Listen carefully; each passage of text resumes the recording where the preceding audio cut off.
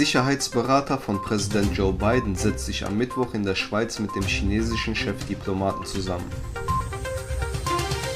Das Treffen soll nach offiziellen französischen Angaben dazu dienen, das Vertrauen zwischen Frankreich und den USA wiederherzustellen.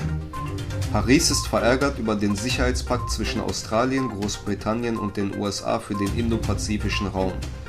Er war ohne Einbeziehung europäischer Länder ausgehandelt worden. Zudem ließ Australien einen Milliardenvertrag mit Frankreich über die Lieferung von U-Booten platzen. Ein chinesischer Polizist, der 10 Jahre in Ostturkestan seinen Dienst vollzog, gab amerikanischen Medien ein Interview, in dem er zugab, dass man Uiguren so lange foltert, bis sie ihre vermeintliche Schuld gestehen. Neuesten Recherchen zufolge benötigt Kanada mehr Fachkräfte.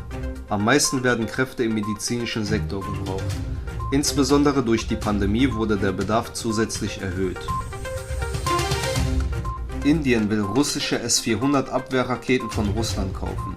Die ersten Lieferungen sollen Ende des Jahres in Indien ankommen.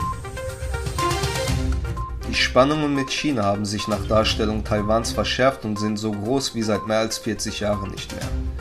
Es bestehe die Gefahr, dass es über der Straße von Taiwan, einer wichtigen Schifffahrtsroute, zu einem versehentlich ausgelösten Beschuss komme, sagte Verteidigungsminister Chi Kuo-cheng am Mittwoch im Parlament in Taiwans Hauptstadt Taipeh. Das Organisationskomitee von Tokio 2020 hat eine Mitteilung über Cyberattacken zwischen Juli und September 2021 herausgegeben. Dementsprechend wurden 450 Millionen Cyberattacken auf die offizielle Seite der Paralympics und das Turniersystem registriert.